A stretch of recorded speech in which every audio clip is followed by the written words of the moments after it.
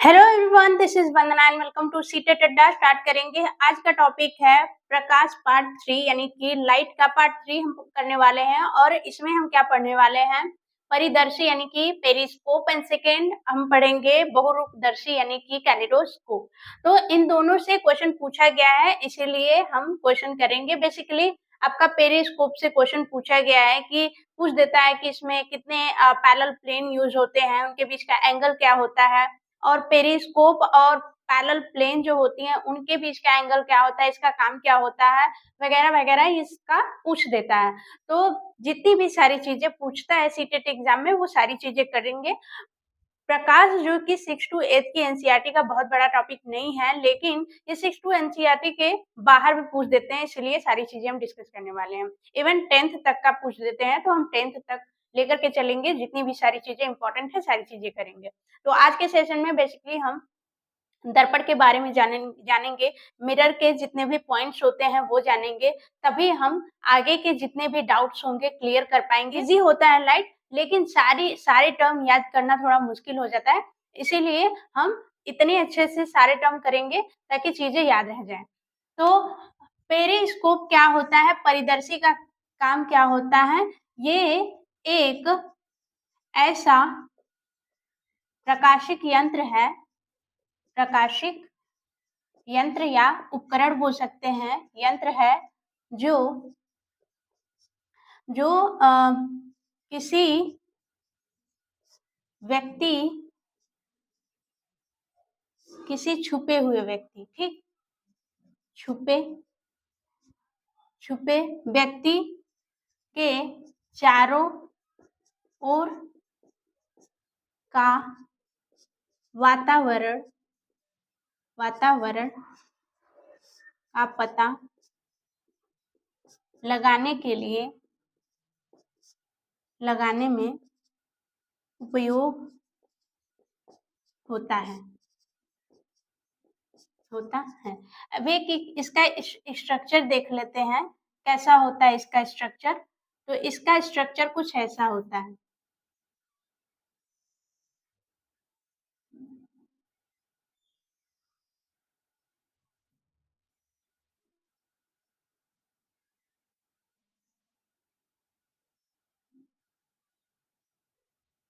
ठीक, इस तरीके का इसका स्ट्रक्चर होता है।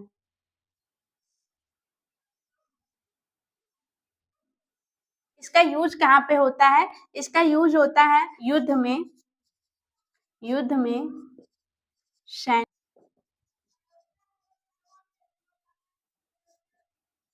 सैनिक द्वारा दुश्मन के गतिविधि का पता लगाया जाता है।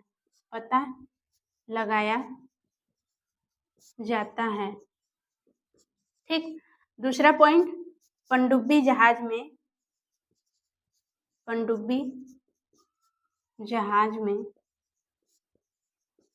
भी इसका उपयोग किया जाता है।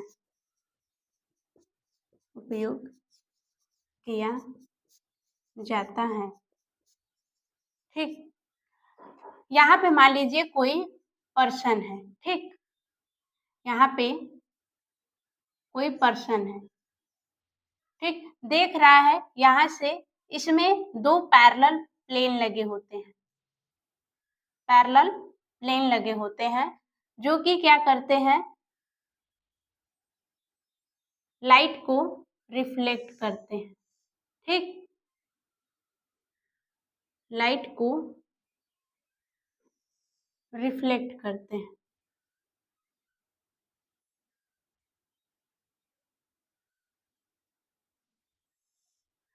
मान लीजिए यहाँ पे एक प्लेन लगा है और यहाँ पे एक प्लेन लगा है, ठीक, दोनों क्या है, पैरेलल है। ठीक, अब यहाँ से लाइट एंटर करेगी, इस प्लेन से, पैरेलल प्लेन से टकराएगी और फिर इस प्लेन से टकराएगी और टकरा करके इस दूसरे व्यक्ति को देखेगी। ठीक, इसी प्रकार ये दूसरा व्यक्ति दिख जाता है। मान लीजिए ये दीवार के अंदर है, कोई सैनिक है यहाँ से और देखना चाहता है कि बाहर क्या हो रहा है, तो ये यहाँ से जमीन के अंदर से ये पता लगा सकता है कि बाहर क्या हो रहा है। ठीक, तो इसके लिए ये पेरिस्कोप परिदर्शी यूज किया जाता है। और क्वेश्चन में पूछ देगा कि पेरिस्कोप यानी परिदर्शी में, पेरिस्कोप में पैरेलल प्लेन जो होते हैं, प्लेन कितने होते हैं? तो दिख रहा है भाई 2 होते हैं। ठीक, क्वेश्चन में यही पूछ देगा। और दोनों प्लेन के बीच, जो पैरेलल प्लेन के बीच यहाँ पे लिख लेते हैं, ये पहला हो गया। दूसरा, पैरेलल प्लेन के बीच एंगल कितना होता है? तो आपको दिख रहा है जब 2 पैरेलल चीजें होती हैं उनके बीच का एंगल क्या होता है? 0 होता है। ठीक है, ये दोनों एक दूसरे को कहीं काटेंगे तब तो एंगल बनेगा। जब दोनों एक दूसरे के पैरेलल ही हैं, ये क्या है? इस तरीके से है, ये इस तरीके से, ये इस तरीके से, तो दोनों जब पैरेलल हैं तो ये कहीं कटेंगे ही नहीं, तो एंगल क्या हो जाएगा? 0 हो जाएगा। लेकिन अगर पूछ दिया गया कि पेरिस्कोप और पैरेलल प्लेन के बीच एंगल क्या होगा, तो तीसरा क्या होगा? पेरिस्कोप एंड पैरेलल प्लेन, या फिर समतल दर्पण, समतल दर्पण या प्लेन मिरर बोल सकते हैं, के बीच एंगल ये कितना होगा? 45 डिग्री होगा। कैसे? यहाँ पे एक लाइन खींचेंगे और यहाँ पे एक लाइन खींचेंगे, मान लीजिए यहाँ पे। ठीक, तो ये भी ऐसे करके डॉटेड करेंगे, तो ये कितना हुआ? 90 डिग्री हुआ। 90 डिग्री के बीचों बीच कितना होगा? 45 ही तो होगा। तो ये कितना हुआ? 45, यानी कि ये कितने का एंगल बना रहा है? 45 डिग्री का। ठीक, तो इतनी बात हो गई पेरिस्कोप में, और इतना ही याद भी रखना है। कैलिडोस्कोप में आ जाते हैं। कैलिडोस्कोप इस तरीके से बनेगा,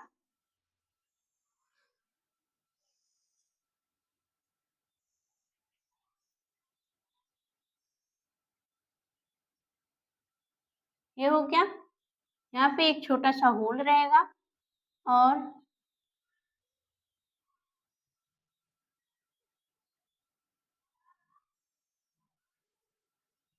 यहाँ पे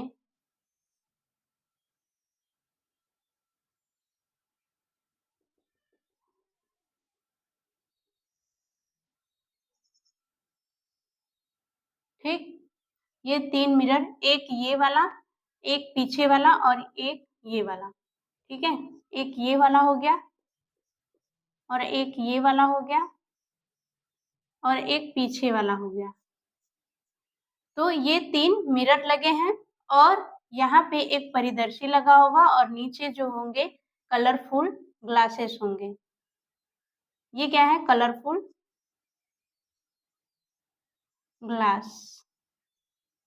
ग्लासेस हैं। ये 3 मिरर हैं, एक ये वाला, एक ये वाला और एक ये वाला, 3 मिरर। अब देखेंगे इसमें क्या होता है इसके अकॉर्डिंग। तो इसमें 2 मिरर थे, इसमें 3 प्लेन मिरर होते हैं, 3 प्लेन मिरर होते हैं। दूसरा कि ये होते हैं, जो ये होता है, ये दोनों के बीच का एंगल 0 होता है, लेकिन परिदर्शी के बीच और प्लेन जो मिरर है उसके बीच 45 डिग्री का कोण होता है। इनमें जो होता है ये 60 डिग्री के कोण पे होते हैं, 60 डिग्री के एंगल पे होते हैं, एंगल पर रखे होते हैं। ठीक है, इस तरीके से एक, 2 ऐसे और एक ऐसे। ठीक, तो इनके बीच का एंगल। तीसरा कि इनका यूज कहाँ होता है? तो इनका यूज चित्रकारों द्वारा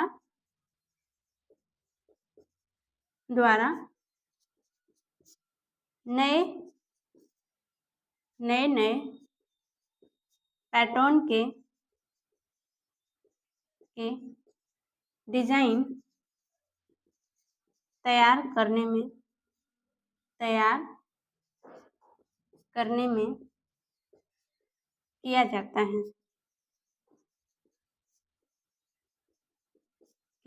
है। तो बात समझ में आ गई, इसमें ज्यादा कुछ नहीं पढ़ना है। यहाँ से लाइट जाएगी, ठीक, और इस मिरर को जैसे घुमाएंगे तो यहाँ पे ये जो ग्लासेस, रंग बिरंगे ग्लासेस हैं, वो क्या करेंगे, हर बार एक नया पैटर्न देंगे, ठीक। तो ये 3 पॉइंट बेसिक है। अब मिरर में हमें क्या पढ़ना है, बेसिकली जो मिरर के छोटे छोटे पॉइंट्स होते हैं, दर्पण के छोटे छोटे पॉइंट्स होते हैं, जिनको हम क्या बोलते हैं, वो सारी चीजें देखेंगे। ये 2 टाइप के होते हैं। एक होता है प्लेन मिरर यानी कि समतल दर्पण। दूसरा होता है स्फेरिकल मिरर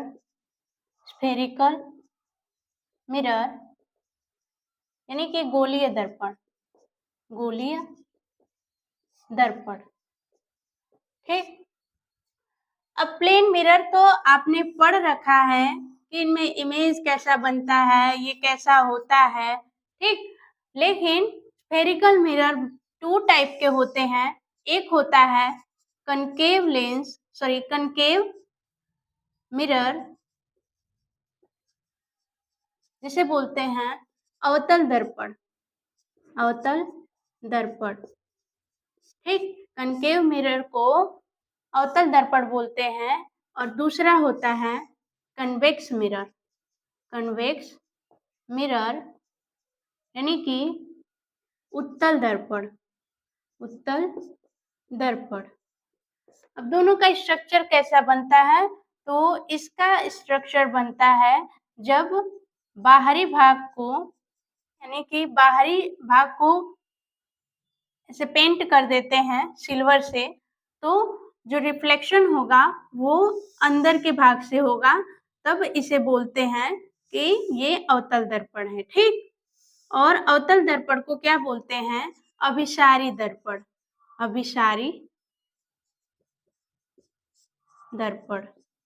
यानी कि, और इसे बोलते हैं, इसका स्ट्रक्चर कुछ ऐसा होगा,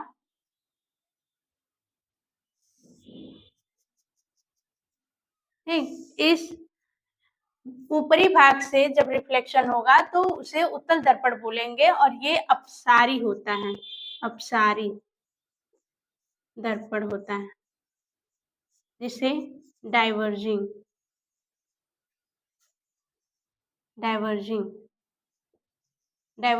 मिरर, ये कन्वर्जिंग मिरर,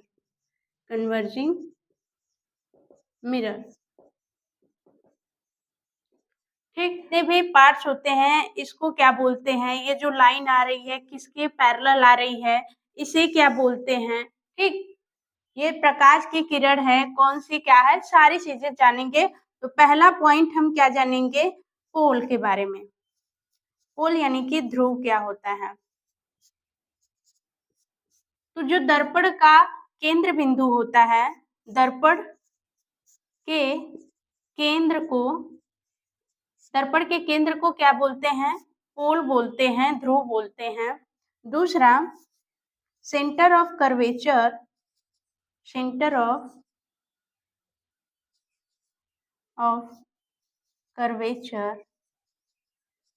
यानी कि वक्रता केंद्र क्या होता है, वक्रता केंद्र क्या होता है। मान लीजिए ये जो दर्पण है, ये क्या है, इसको अगर आगे हम बढ़ाएं तो ये क्या फॉर्म करेगा, एक स्फीयर फॉर्म करेगा, है ना। तो गोलीय दर्पण जिस खोखले गोले का भाग होता है, उस गोले के केंद्र को दर्पण का वक्रता केंद्र कहते हैं, वक्रता केंद्र कहते हैं। ठीक, बात समझ में आ गई। सेंटर ऑफ कर्वेचर क्या होता है? यहाँ पे एक मिरर बनाएंगे, ठीक, यहाँ पे एक मिरर बनाएंगे, गोलीय दर्पण, बेसिकली गोलीय दर्पण बनाएंगे। ये हो गया स्फीयर। दर्पण कैसे फॉर्म होगा? इसके एक भाग को हम काट देंगे। मान लीजिए यहाँ से हमने काट दिया, ठीक, तो ये क्या हो गया आपका? बाहर से हमने अगर इसको पॉलिश कर दिया तो ये अवतल दर्पण हो गया, ठीक, अवतल दर्पण हो गया। और इसका जो केंद्र होगा यही इस दर्पण का क्या बोला जाएगा? इस दर्पण का वक्रता केंद्र बोला जाएगा, ठीक। तीसरा क्या देखेंगे? Radius of curvature, radius of curvature, वक्रता त्रिज्या बोल सकते हैं इसे, वक्रता त्रिज्या,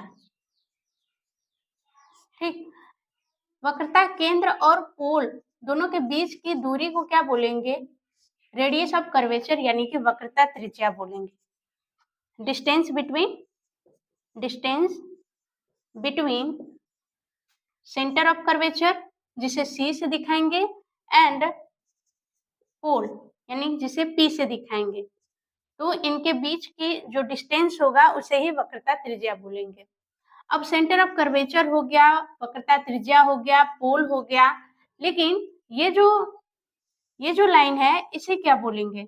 इसे बोलते हैं मुख्य अक्ष, मुख्य अक्ष,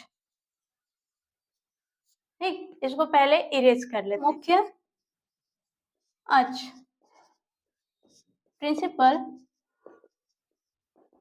प्रिंसिपल एक्सिस, ठीक। मुख्य अक्ष क्या होता है? तो पोल और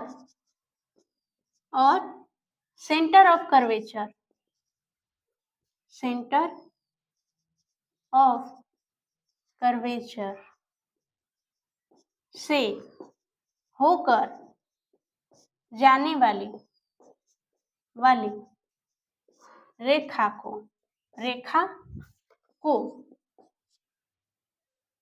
मुख्य अक्ष कहते हैं, ठीक है। ये था थर्ड या फोर्थ था शायद। हमने सेंटर ऑफ कर्वेचर पढ़ा, पोल पढ़ा और रेडियस ऑफ कर्वेचर पढ़ा, तो ये फोर्थ है, ठीक। फिर फिफ्थ पे आ जाते हैं और यहाँ पे एक स्ट्रक्चर भी बना लेते हैं, कौन क्या है, ठीक।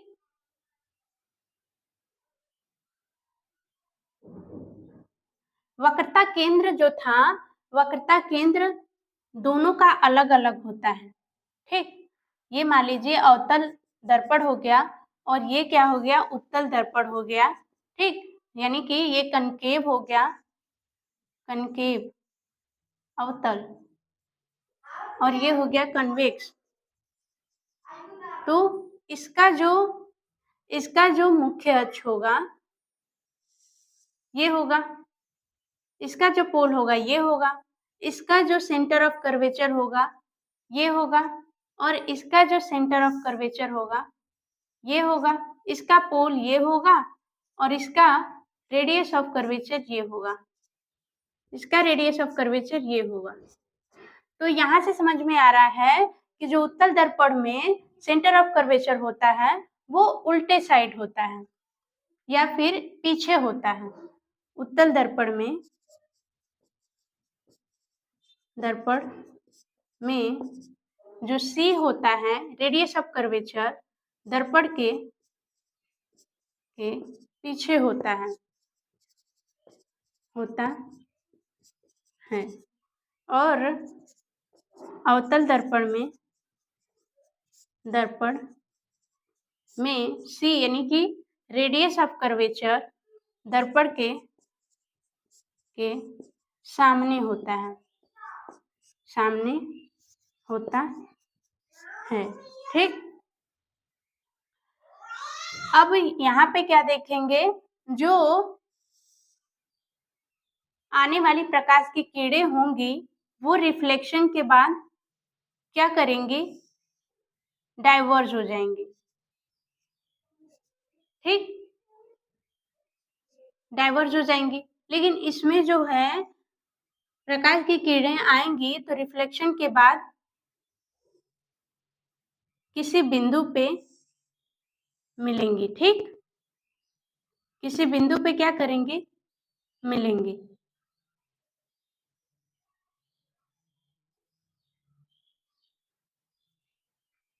तो यहाँ पे जिस बिंदु पे मिलेंगे उस बिंदु को क्या बोलेंगे, यहाँ पे देखेंगे 6 देखेंगे, फोकस, मुख्य या फिर मुख्य फोकस।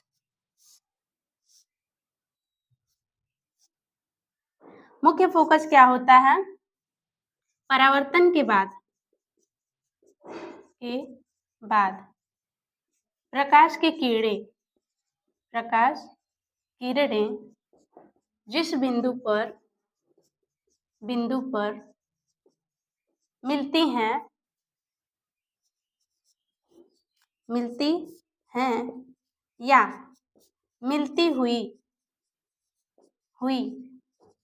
प्रतीत होती हैं, उस बिंदु को फोकस कहते हैं, मुख्य फोकस कहते हैं, मुख्य फोकस कहते हैं। ठीक, तो ये पॉइंट क्या कहलाएगा, फोकस कहलाएगा। ठीक, इसका ये पॉइंट क्या कहलाएगा, फोकस कहलाएगा। फोकस क्या होता है, F equal to R upon का 2, यानी कि ये जो R है ये इसके बीच की जो दूरी है इसका आधा होगा फोकस। ठीक, मान लीजिए R 10 है तो फोकस क्या हो जाएगा, फोकस हो जाएगा 5। ठीक, तो ये ध्यान रखेंगे। अब यहाँ पे मुख्य फोकस जो बिंदु है, जो प्रकाश की किरणें हैं किसी बिंदु पर मिल रही हैं। ठीक, मिलती हुई प्रतीत होती हैं या मिलती हैं, तो यहाँ पे क्या हो रहा है, मिलती हुई प्रतीत हो रही हैं। यहाँ पे वास्तव में नहीं है, डॉटेड का मतलब है कि इमेजिन कर रहे हैं आप कि ये जो लाइन आ रही है रिफ्लेक्ट होकर के ये कहीं पे तो मिल रही होगी, तो आप इमेजिन कर रहे हैं यानी मिलती हुई प्रतीत हो रही हैं। यहाँ पे आपको मिलती हुई दिख रही हैं कि हाँ यहाँ पे ये लाइट की जो किरणें हैं ये मिल रही हैं। तो अवतल दर्पण में क्या होता है, जो प्रकाश की किरणें होती हैं वास्तव में मिलती हैं, उत्तल दर्पण में प्रकाश की किरणें जो मिलती हुई प्रतीत हो रही होती हैं वास्तव में नहीं मिल रही होती हैं। ठीक, 7th देखेंगे फोकल लेंथ यानी कि फोकस दूरी क्या होता है, फोकस दूरी यानी कि मुख्य फोकस और पोल के बीच की दूरी, यानी कि डिस्टेंस बिटवीन मुख्य फोकस एंड पोल,